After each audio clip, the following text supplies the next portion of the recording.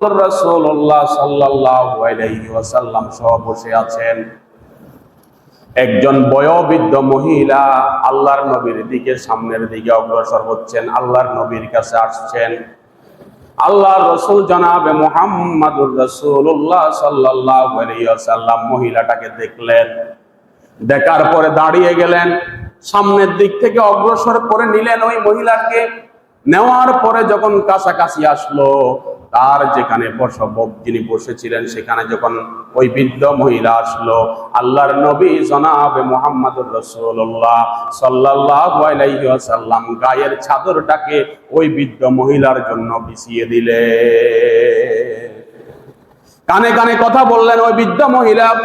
আল্লাহর রাসূল সাল্লাল্লাহু আলাইহি ওয়াসাল্লাম মনোযোগ দিয়ে শুনলেন।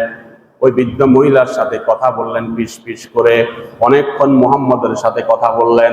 কথা বলার পরে আল্লাহর নবী জনাবে মুহাম্মদুর রাসূলুল্লাহ সাল্লাল্লাহু আলাইহি ওয়াসাল্লাম একটা পলিথিন বাঁধলেন, একটা বোঝা বাঁধলেন, কিছু খাবার দাবার দিলেন, এটা প্যাকেট করে দিলেন। প্যাকেট করে দেওয়ার পরে ওই বৃদ্ধ মহিলাকে সামনের দিকে অগ্রসর করে দিলেন।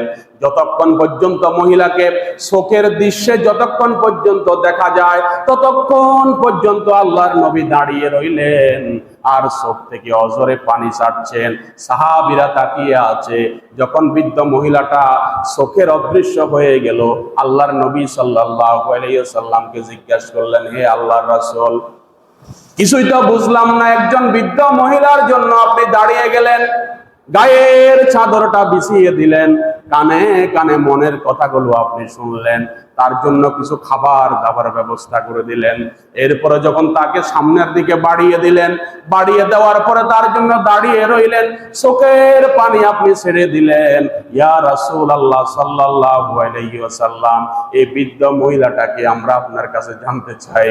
আল্লাহর রাসূল জনাবে মুহাম্মদুর রাসূলুল্লাহ সাল্লাল্লাহু আলাইহি ওয়াসাল্লাম বললেন, হে সাহাবীরা, হে আমার সাহাবীরা, আমার মায়ের অবর্তমানে যিনি আমাকে দুধ দিয়েছেন, আমাকে লালন পালন করেছেন, যিনি আমাকে কোলে পিঠে মানুষ করেছেন, তিনি আমার দুধ মা হালিমাতুস সাদিয়া রাদিয়াল্লাহু তাআলা আনহা। সুবহানাল্লাহ। তিনি বয়স্ক হয়ে গেছেন, 90 বছরের বয়োবৃদ্ধ হয়ে গেছেন। তিনি এখন খাবার দাবারে অনাহারে অদ্ধারে কষ্ট করছেন। আমার মা দুধ মা হালিমা এখন চোখে দেখেন না। আমার কাছে আসলেন, তিনি কিছু খাবার দাবারের কথা বললেন, কিছু পারিবারিক সমস্যার কথা বললেন। এই জন্য আমি তাকে কিছু বোঝাই দিলাম, কিছু সদাই দিলাম। এরপর আমি দাঁড়িয়ে রইলাম। এই জন্য আমি দাঁড়িয়ে রইলাম, আমার দুধ মা হালিমা ছোট কালে আমাকে লালন পালন করেছে, আমাকে বুকে রেখেছে, আমাকে সুমা দিয়েছে, আমাকে দুধ দিয়েছে। ছোট কালের কথাগুলো আমার মনে হয়ে গেছে, এই জন্য অজরে আমার চোখ দিয়ে পানি ঝরছে।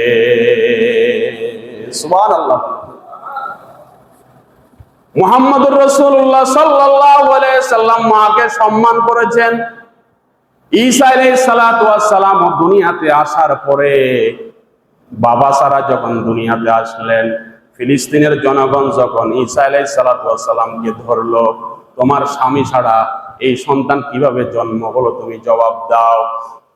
যে ব্যক্তি দুই একজন ব্যক্তি জন্মের পরে কথা বলেছেন, তার ভিতরে ঈসা আলাইহিস সালাতু ওয়াস সালাম একজন। জন্মের পরে মায়ের সতীত্ব রক্ষার জন্য, মাকে সম্মান করার জন্য, মায়ের ইজ্জত রক্ষা করার জন্য ঈসা আলাইহিস সালাতু ওয়াস সালাম ফিলিস্তিনের জনগণকে জন্মের পর কথা বলেছে। ঈসা আলাইহিস সালাতু ওয়াস সালাম বলেন, ওয়া বাররাম বিওয়ালিদাতিহি ওয়া বাররাম বিওয়ালিদাতিহি ওয়া লাম ইয়াজআলানি জাব্বারান শাকিয়া। হে ফিলিস্তিনের জনগণ, তোমরা আমার আম্মাকে অপবাদ দিও না, আমার আম্মাকে দোষী করিও না। আমি হলাম যে আল্লাহর পক্ষ থেকে নবী, এবং তোমাদের জন্য নবী হয়ে আমি দুনিয়াতে এসেছি। জোরে বলেন সুবহানাল্লাহ। ওয়া বাররাম বিওয়ালিদাতিহি ওয়া লাম ইয়াজআলানি জাব্বারান শাকিয়া। তোমাদের জন্য আমি নবী, আমার মায়ের সতীত্ব রক্ষার জন্য আল্লাহ সুবহানাহু ওয়া তাআলা আমাকে কথা বলার জন্য আল্লাহ আমাকে তৌফিক দিয়েছে। জোরে বলেন সুবহানাল্লাহ। মা বাবা যেভাবে ছোটকালে লালন পালন করে নবী করিম সাল্লাল্লাহু আলাইহি সাল্লামের মাকে দুধ মাকে দেখার পরে ছোট্ট বয়সের কথাগুলো তার হৃদয়ে মনে ভেসে উঠেছে। মা বাবার শিক্ষা, মা বাবাকে সম্মান শ্রদ্ধা করার ক্ষেত্রে মুহাম্মদুর রাসূলুল্লাহ সাল্লাল্লাহু আলাইহি সাল্লাম তামাম সমস্ত সন্তানদের জন্য আদর্শ।